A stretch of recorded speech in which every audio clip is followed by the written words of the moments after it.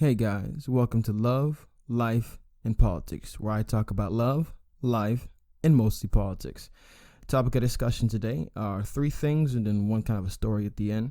First thing I really want to talk about are the people that I listen to and get my news from and kind of direct me into why I think what I think. And there's three people that I mostly listen to, and I'll be talking about them. Second thing I want to talk about is The Hills Rising. They made a couple of comments that I think was very disingenuous, and I kind of want to talk about that. Second, Flagrant 2, Andrew Schultz, hilarious guy. I want to talk about one of his clips from his Flagrant 2 clip section that I kind of liked, but kind of felt was a little off, and that's in the story time at the end. So first off, I want to talk about where I get my news from. So there's three people that I really, really thoroughly enjoy listening to, and they give me lots of different perspectives. First off, I have to say Steven Crowder, Louder with Crowder. I hope they're not mad at me, but I haven't signed up for their mug club yet, and I will do that, I promise.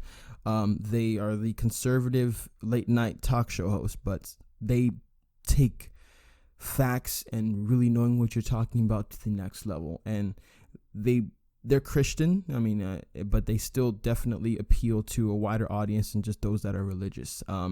They take fact finding and having their sources listed to the umpteenth degree, and I really do appreciate that. And I think that people, even if you're not conservative or not a big fan of the Republican Party or anything like that, can definitely listen to them and get a good grasp on what's going on in the world from their perspective. The second person, it was more in the middle of my three people, is Tim Cast. Tim Pool, this guy, he is something else. Out of everybody here, he posts the most, so I listen to him the most, and he's really upfront about sort of his political leanings. He's center leftist, he would say. I think he's a little bit more left than he thinks, but at the same time, he's definitely libertarian, and like he understands why he thinks what he thinks, and is always willing to say he was wrong. If you're looking for somebody who you're not really left, you're not really right, but typically those people who are not sure tend to lean a little bit right.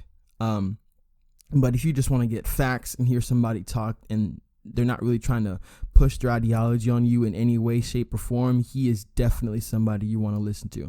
And my third guy, which, pretty much every morning he's got a video, and every morning I'm watching one of them while I brush my teeth and get ready for work or the day, is Sticks, X, and Hammer 666.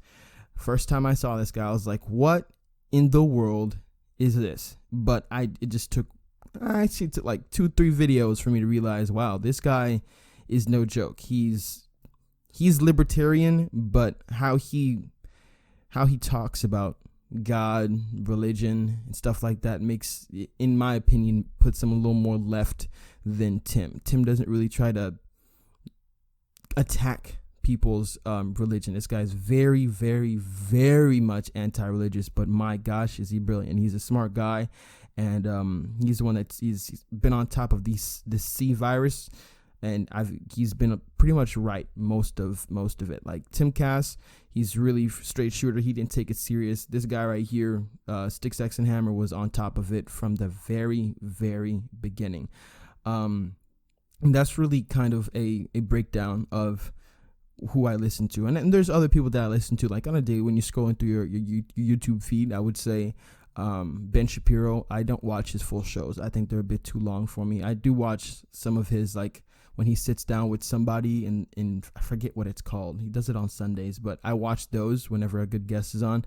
But Ben Shapiro was the guy who really got me into politics. Not change my mind, but the Thug Life videos really was like, wow, I believe in like pretty much everything this guy is saying. Holy crap, I am hardcore conservative, hardcore Republican.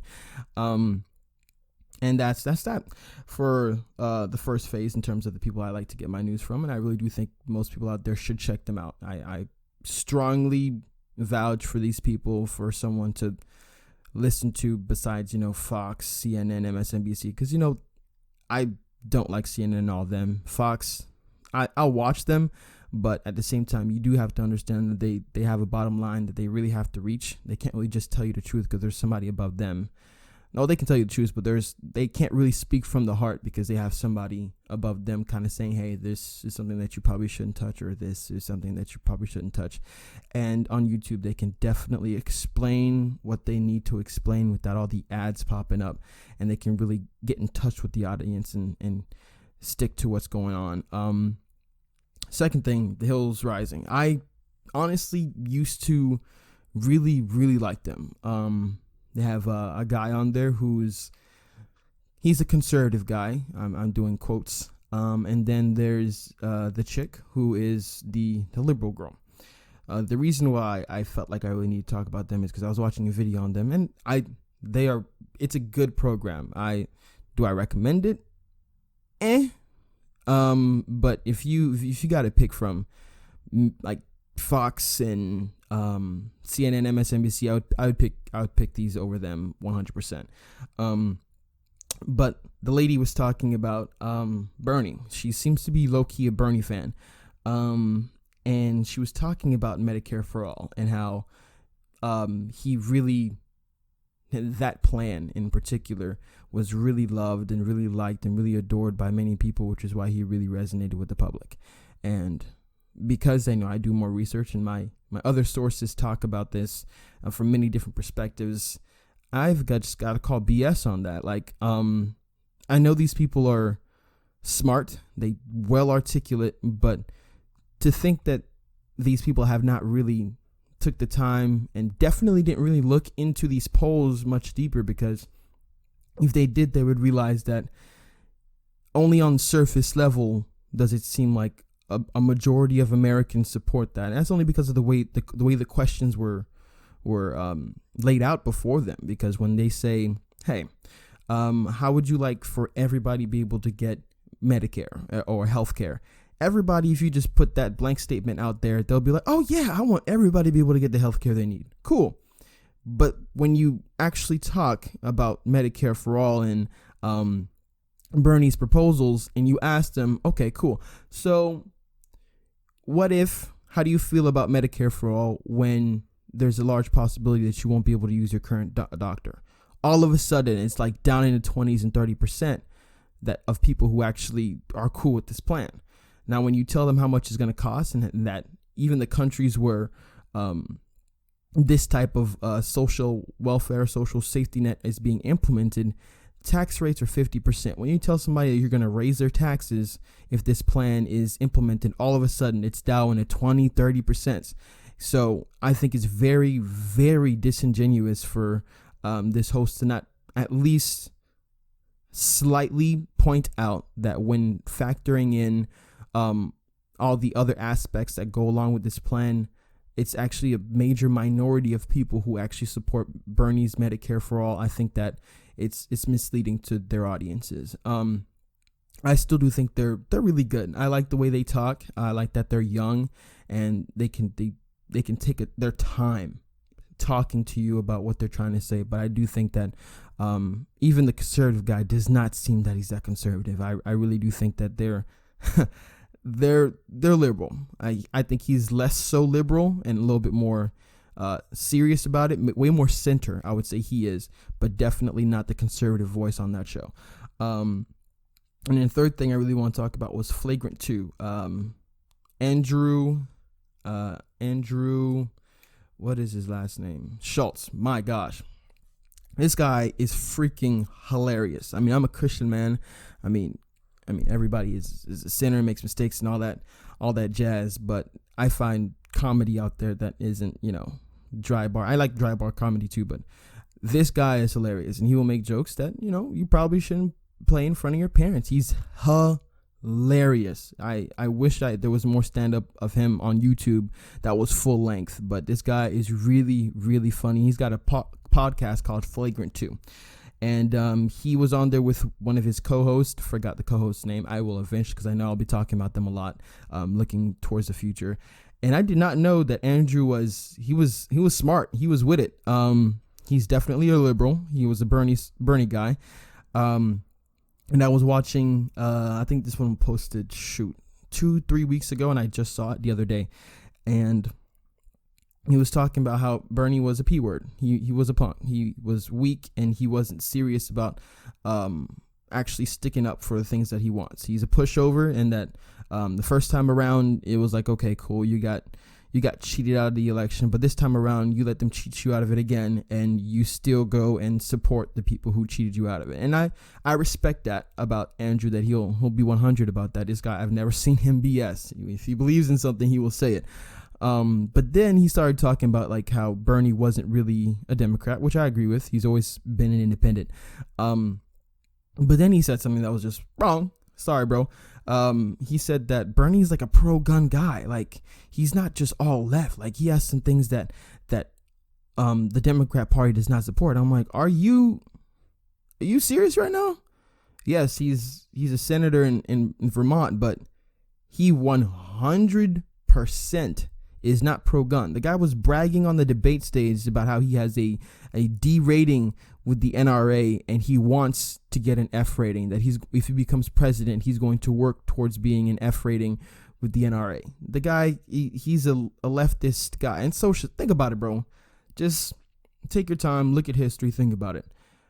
Socialist eventually ends up to the communist. I'm just going to be real honest with you. Like, you look at it, whenever the government starts taking control, eventually it starts taking your liberties. That's just going to happen. And before the National Socialist Party of Germany, which is the Nazis, before they started really pressuring and pushing all their political ideologies and saying, oh, we're going to make you better, we're going to take care of the working class, we're going to bring us back to like the point where everybody's taken care of, they took guns. They knew that an armed populace will not be cool with the government just running roughshod over all their rights.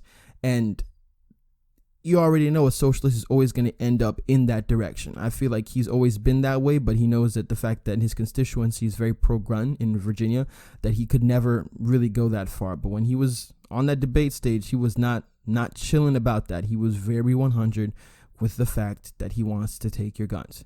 And he does not want to be cool with the people the NRA who were, I mean, regardless how you like them, their main premise is they want to protect people's gun rights. And in every aspect, they want people to be able to have their firearms to protect themselves and do whatever they see fit, because the Second Amendment is very clear on that. An armed populace, and to be able to make a militia. I don't know the words quote for quote, but we've heard it a ton of times. And yeah, that's the three main things I really want to talk about that are not directly related to me, but I saw a little bit of weird things about them, and I kind of want to talk about the people that I listen to. And story time. So I work for a government agency, okay? Because I'm not trying to call anybody out. And then this is not a story that would be a call out story. And somebody I work with, she is a black woman, amazing black woman. I actually work with, I think there's 2 black women in my office, and they're both amazing people. There's no way I will ever say that because you're a Democrat, you're a homo person, but they're both Democrats. And the one I was talking to, I came in one day into the office, and I was like, I just saw that Bernie dropped out. So I rolled into the office, and I'm like, hey, so did you hear? And she's like, what? Bernie dropped out. Now your boy Biden's the only one. He's a nominee. And she's like, yeah, I don't know why he was in there to begin with. He was taking too long. Biden was obviously going to be the person that was going to win. And I was like, yeah. You know what else that means? She's like, what? Trump is going to run roughshod over him. My gosh, Bernie cannot even put a sentence together. And one thing led to another, and she was like, I don't want to make this about politics, but I effing hate this guy. I do not like this guy. And I'm like, what is it about him that you do not like? And she essentially said, 4 more, he's already effed up the country enough. So 4 more years of him and then being done with him, and I'm fine with that. And that really kind of like, it poked me, because I am a big Trump supporter. But I'm honest about it. Like, listen, I like the guy, but sometimes he just needs to shut up. He makes some things, he's not racist, he's not xenophobic, but he definitely says things that people might misconstrue as being one way or another, even though like and xenophobic, this dude has like Jewish people all over his family. Like, anyways, that's a topic for a different day. Anyways, her biggest strife with him was the fact that the way he talks. She thinks that he is a major embarrassment to the country with the way that he articulates himself. And like I just said, I think sometimes he can say stuff that irritate people. Because I'm gonna be real honest with you. Bush was, I wouldn't say the greatest well-spoken person, but Obama was well-spoken. Like, people liked that about him, that he was, the way he spoke with his composure, his posture. People liked that. Do I like that? I mean, I didn't like the man and wasn't really fond of the things that he pushed and how he led the country, but he definitely was a well-spoken person. Then you go from that to Trump. I can definitely understand why some people do not like him because of how he comes off and how he speaks. And to her credit, and I gave her some ground on that. I was like, I understand, but I kind of had to ask the question, like, which would you rather have? Somebody who gets the job done, doesn't lie, or tries his best not to lie, because Trump says too much. There's multiple occasions that you would expect the president to not say that, because you would assume that the government would not want the populace to know it, but he just says it. Trump just says what's on his mind. So, like with Obama said this thing, but that thing happened. He definitely made false promises, and I'm not gonna say nothing. It's way too vague and too general, but things that he said did not come to fruition. But with Trump, look at the guy's track record, man. How many people can you honestly say they had on their campaign trail, had a bunch of promises, a bunch of things they want to get done, and within the first term got at least 50% of it done? Like, I really don't go far back and look at people's other presidents way before me's campaigns, but I'm willing to bet that not a lot of them kept their promises and managed to get so much of what they wanted to be taken care of in their first term. Like, the guy's like lowest unemployment for you name the group, like record lows. Economy is freaking churning up, and on top of that, the previous administration was like, there's no way. What kind of a magic wand can this person wave that will get him? Like, nah, bro, he did it in his first term, and people are disregarding him simply because of how he talks. 100% of the time, I will pick somebody who is rude, brash, and gets the job done over the guy that's real nice, real likable, says what you want him to say all the time, but doesn't get a dang thing done 100% of the time. And it irks me sometimes because, I mean, straight from the get-go, they were calling him racist, taking him out of context, saying he said this, editing clips, and doing all of that from the very beginning because they definitely did not want the black people to vote for Trump. So, every 4 years they're going to bring in that big old nice R word, and they effectively labeled him that. And I mean, it's their fault for trying to mislead the black populace, but it's the black populace's fault for not trying to do their own research and not just believing tongue in cheek whatever their media source says. Not taking that initiative to be like, hey, challenge what you hear and look at multiple sources. That's 50-50. I'm not going to completely blame the media on that, and I am going to blame my people as well on that stance. But I kind of really pressed on that, and I guess, I'm not sure if she was being 100%, because I honestly do think that if you just sat down, put somebody else's name, and said, this guy has all these characteristics that are kind of off-putting, but he's done this, list keeps on going on. Would you rather pick him, who does all the stuff that is good for people, versus somebody else who does not, but speaks so eloquently and so beautifully?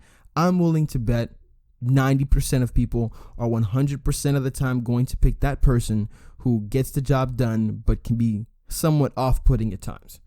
So that was it. This was kind of my week 2 of April 2020, kind of a recap of what I really noticed, what I really wanted to talk about. And thank you for sticking to this. It's been like 20 minutes, and if you're still here, I really do appreciate that. If you liked this video, this style, what I talked about, want more of it, please leave a like, share, and subscribe, and maybe in the comment section put a little bit of something else I want to talk about. I don't want to keep it at just politics. I want to talk about real world stuff as well. Anyways, appreciate you. I hope you have a blessed one and stay safe.